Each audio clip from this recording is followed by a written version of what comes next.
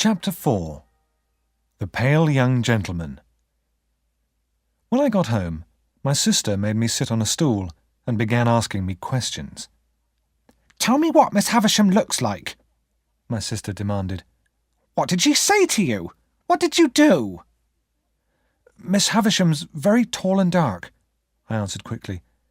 "She was sitting in a black velvet coach. There was a girl with her. She gave us cake on gold plates." "Gold plates," Mrs. Joe repeated slowly. Then she added, "I hope you pleased her. She wanted you to play. Did you?" "Oh, yes. We played with flags," I said. "And then we shouted and waved our swords." "Swords?" "Yes. The girl, Estella, got them from a cupboard. And there was no daylight in the room. Only candles." Joe's eyes opened very wide. Why was I telling all these lies? I do not know. Perhaps the truth was too strange. My visit to Miss Havisham had confused and frightened me, and Estella's words had hurt me. She had called me a common working boy. What would she think of Joe? How heavy his boots were. The following week, I walked to Miss Havisham's alone. As before, Estella unlocked the gate and took me into the house. "Am I pretty?" she said suddenly, holding up the candle. "Yes, very pretty," I answered. "Am I rude?" "Not so rude as last time." "Not so rude?" Estella repeated angrily, and she slapped my face hard. "What do you think now?" she asked. "I won't tell you," I said. "Then why don't you cry, you horrid common boy?" "I'm not crying. I'll never cry for you again," I answered. But I was crying as I spoke. And God knows, I cried for Estella many, many times afterwards. As we were going upstairs, we passed a tall man with sharp eyes and thick black eyebrows. His large hands were very clean and white. "Who's this?" the man asked, staring at me. "Only a boy," Estella answered. The man held my chin in his hand and stared into my eyes. "Why are you here?" he asked. "Miss Havisham asked me to come," I whispered. "Did she? Then behave yourself," the man said as he went on down the stairs. Miss Havisham was sitting in her dressing room. She was wearing the same torn dress as before. Everything in the room was the same. "So, you're back again," Miss Havisham said. "Are you ready to play today?" I was too frightened to answer. "Well, if you can't play, can you work?" Miss Havisham asked. "Yes, ma'am." "Then go into the room on the other side of the corridor. Wait there till I come." The room I entered was very big. In the middle of the room was a long table. By the light of the fire and the many candles, I saw that the torn tablecloth was covered with dust. There was something tall and white on the table, too. It was covered with dust, and fat black spiders were running all over it. Miss Havisham came into the room and stood behind me. She placed her hand on my shoulder and pointed at the table with a walking stick. "Look, Pip," she said. "Can you see my wedding cake? Eaten by mice and spiders.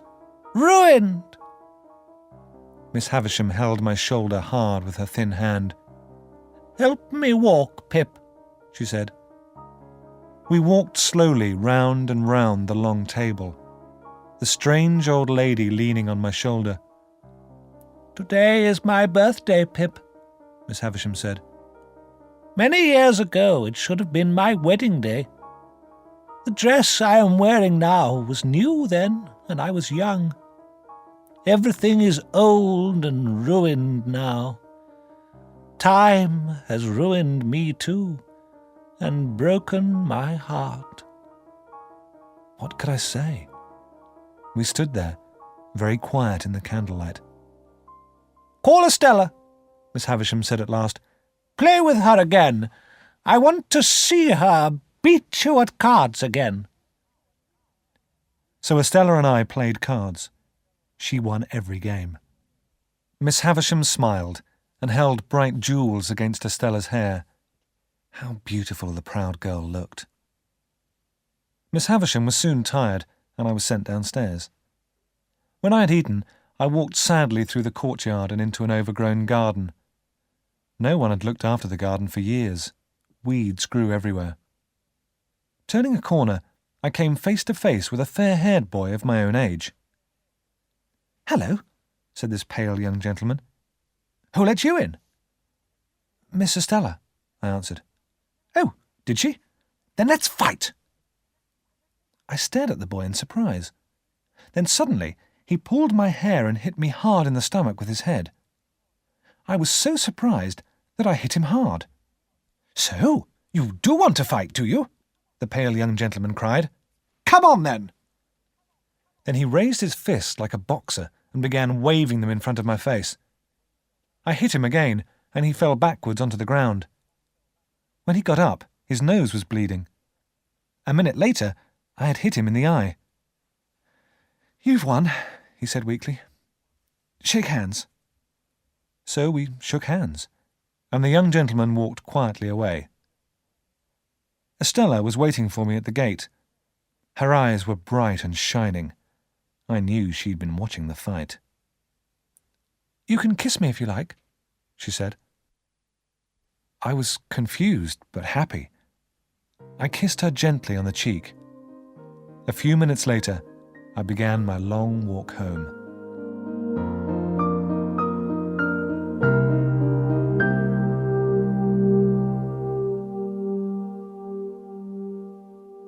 From that day onwards, I visited Miss Havisham 3 times a week. I did not see the pale young gentleman again, but Estella was always there. On every visit, I pushed Miss Havisham round and round those 2 rooms in a wheelchair. She did not walk with me again. Instead, I pushed her in her chair. As I walked behind her, Miss Havisham questioned me. I told her I was going to be apprenticed to Joe when I was old enough. I told her that I knew nothing, but wanted to know everything. I told her I wanted to be educated. I told her how I wanted to be a gentleman. Perhaps I hoped that Miss Havisham would pay for my education, but she never suggested it. Sometimes Estella was kind to me, but more often she was rude and cruel. I could not understand this proud, beautiful girl who made me so unhappy.